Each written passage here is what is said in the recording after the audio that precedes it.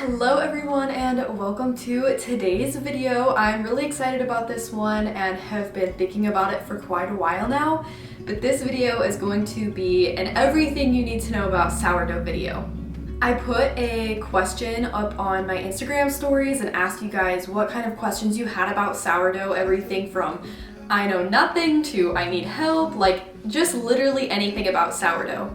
I also thought about some things that I wish I knew when I was beginning sourdough and things that I think would be helpful whether you're a beginner, have never done it, or you're someone who is looking to better your sourdough. So anyways, without further ado, let's get started. Okay, I've got my Instagram questions pulled up on my phone, so I'll kind of be referring to this and my notes as we go through the video. One of the first questions I got was about how you care for your starter. A lot of people are really confused about how you have to keep feeding it and what that really looks like in the day-to-day when you're not making sourdough bread every single day. So let me backtrack to what starter is if you're someone who has never really made sourdough before.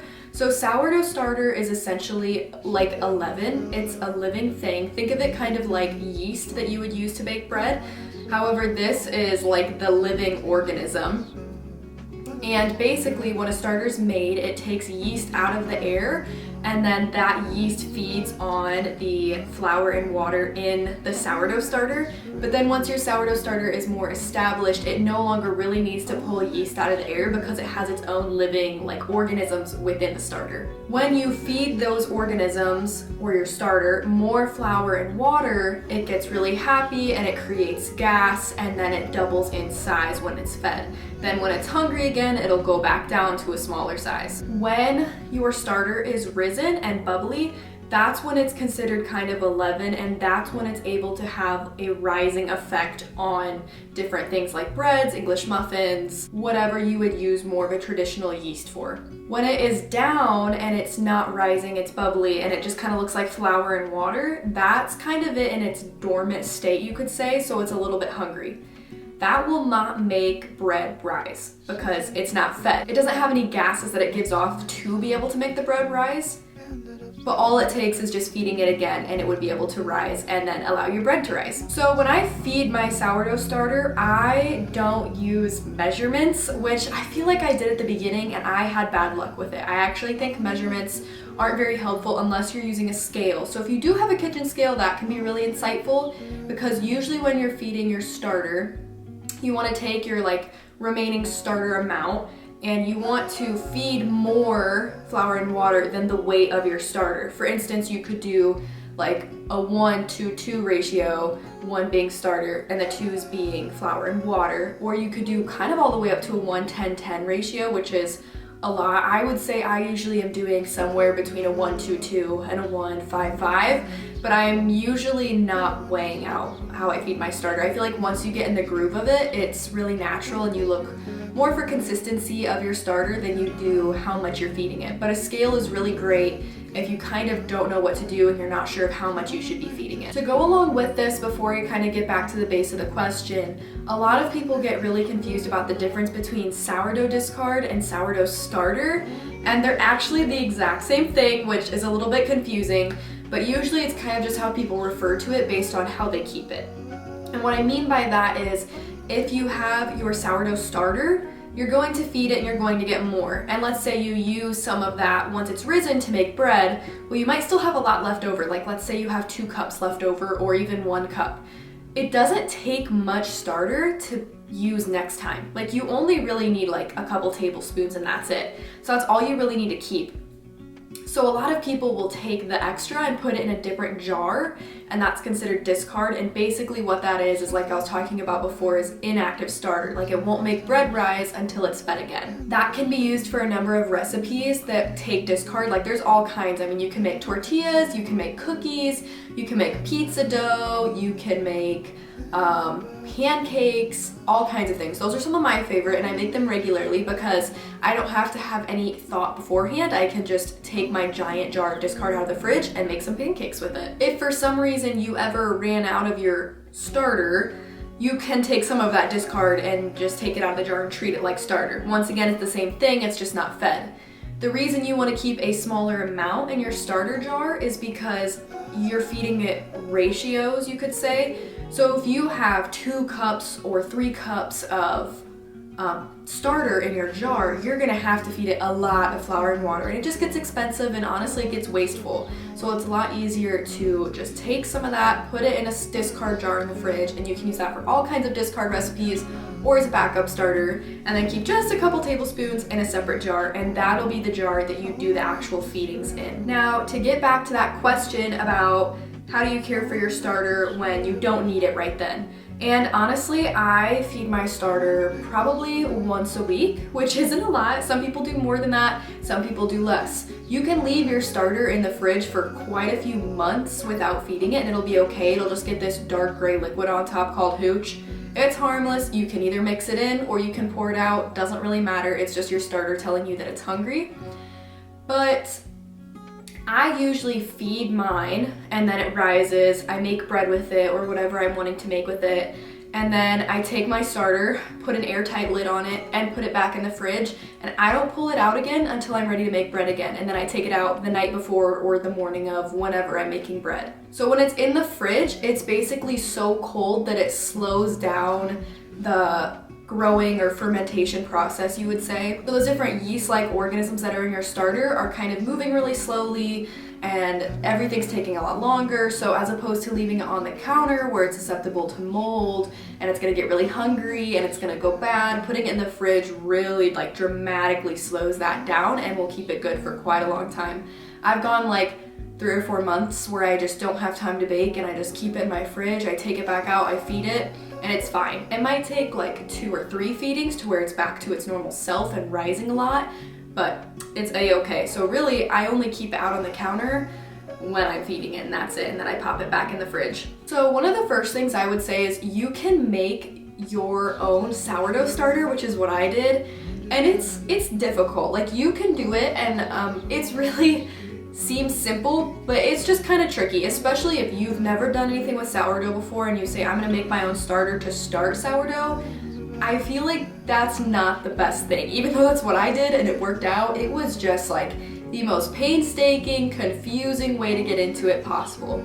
I would say if you can, get some sourdough starter from a friend who has one or order one of those dehydrated ones online that you know is good. I feel like that's the best thing to do just because it's the easiest way to get into it, and when you don't know anything about sourdough and you haven't been baking with it yet, it's really confusing to make a starter. Even though it's simple flour, water, and like discard some and feed it more and you're just supposed to let it sit for a few days, like when you don't know what you're looking for, it's really hard to troubleshoot that, and it can take a lot longer. Like a lot of things will say you can make it in 5 to 7 days, and that almost never happens. So I would say that you should get one from a friend or buy a dehydrated one online. That would be my best advice, and if I went back and did it again, that's probably what I would do, even though I have an established one that I made myself. So someone else asked for a good baking schedule, and I actually have a YouTube video that shows you exactly how I make my sourdough, and my recipe that I use has not changed. It's still the same as it is in that video, and I'll put it up top here.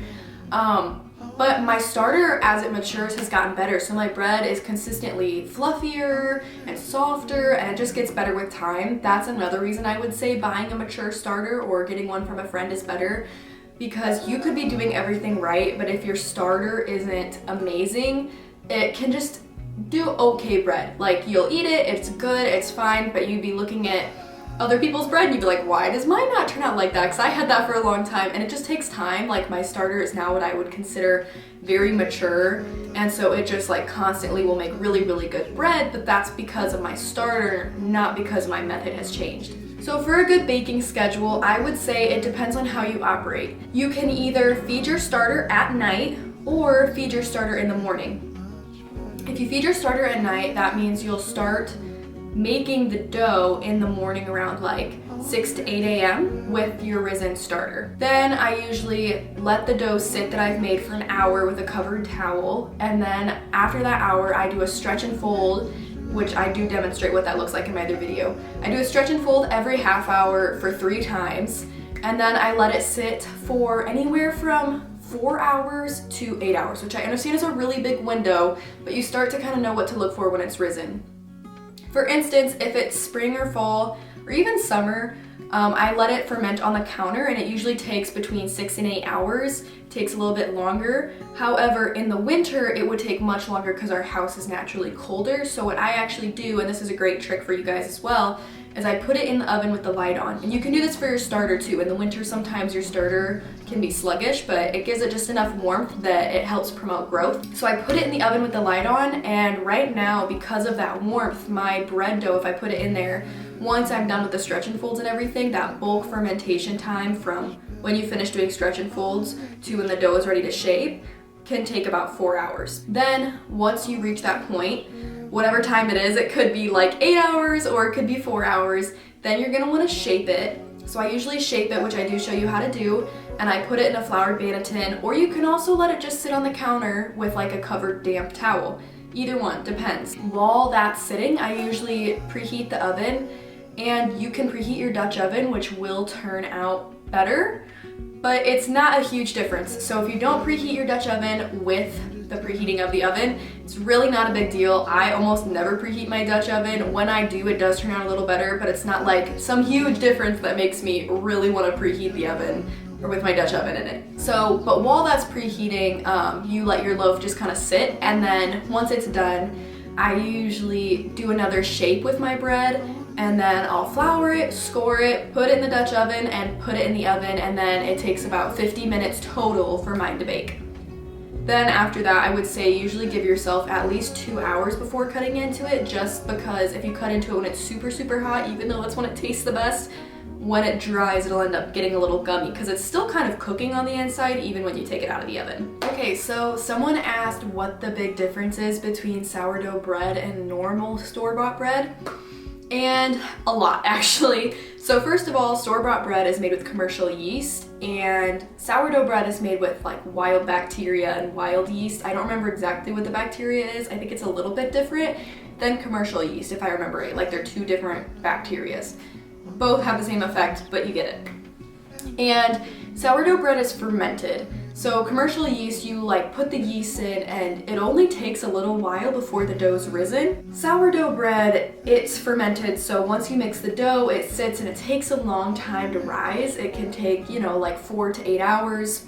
And then in addition to that, you can ferment it longer. A lot of people will, once it's shaped, and put it in the basket, and then you can actually bake it the next day or anywhere up to 72 hours later, technically, just by sitting it in the fridge with a cover on it, like a Ziploc bag or something. This allows it to ferment longer under a cold temperature, so it won't over ferment, because when things get over fermented, it gets really loose and sticky and it won't rise as much. And it'll have better health benefits because it's even more fermented than the schedule I'm talking about. So if gluten is something that really bothers you, you could try fermenting it longer. That's something I do usually more if I'm just out of time, like I'm tired and I don't feel like baking it, so I'll just cover it, stick it in the fridge, and bake it the next day. More than welcome to try that, it works really well. But I don't typically do it as my normal way of bread making, even though it is a little easier on your gut. I just don't personally do it. But it being fermented is really, really good for your gut. It helps you break it down a lot easier, and it has a lot more health benefits. Sourdough bread also has a lower glycemic index, which means it's going to have a smaller effect on your blood sugar levels than traditional bread will, just because it is fermented and that kind of breaks down things before it enters your body. Some people I know have problems with gluten that aren't celiac disease, but gluten just really, really bothers them. Have good luck with sourdough because it is fermented. It also is less processed and has less ingredients. I mean, if you're making regular schmegular sourdough bread, I mean, I make sandwich loaves sometimes that have like butter and honey and stuff, and they're great. But if you just want to make regular sourdough bread, it's starter, water, flour, and salt, and that's it. Like, it's 4 ingredients, one of which is just flour and water, so that's like the other 2 ingredients. So it's about as basic as it gets and as clean as it gets, and then you can do different flours with that based on your needs. Like if you're wanting to use a whole grain flour for those benefits, go right ahead. I like using all-purpose unbleached flour. That's another thing, must be unbleached. I talk about that in my other video, but it will not work if you use bleached flour because it will kill the bacteria in your starter.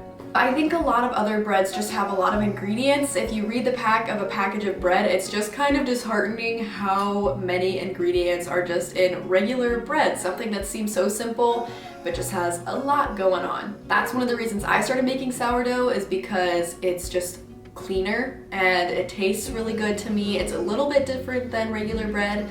Just a little tangier, but not like a big enough difference that you would be like, oh, I hate it. So those are some of the main differences between sourdough and regular bread, but I would say I think there's a lot more out there. I will say I didn't really look into the differences much beforehand. This is based on what I've read throughout my time of making sourdough and I've looked into in the past, but I'm sure there are more health benefits or more differences between the two if you looked into it. But as always, I am always here to help you guys with any of your sourdough questions or help you further along on your sourdough journey. I love sourdough. I think it's great. Even if you're not huge about sourdough bread, you can make sandwich loaves or you can use it to make tortillas and muffins and cookies and all kinds of stuff that still carry out those health benefits. And I just really like it. It's kind of become the only bread that we get now is the bread I make out of sourdough. And I just really love it. My husband really loves it and we think it's great. It seems overwhelming, and I remember when I was first getting into sourdough how much it stressed me out and how there's just so much noise and information about sourdough that it seems overwhelming because it's all different and everyone's trying to give you your best tips, and I really just wanted someone that would give it to me straight and tell me exactly what I was supposed to do, and I hope that I can be that person for you.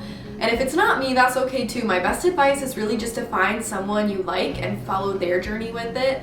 If that's me, that's amazing. I have that recipe in that video that I will put up here.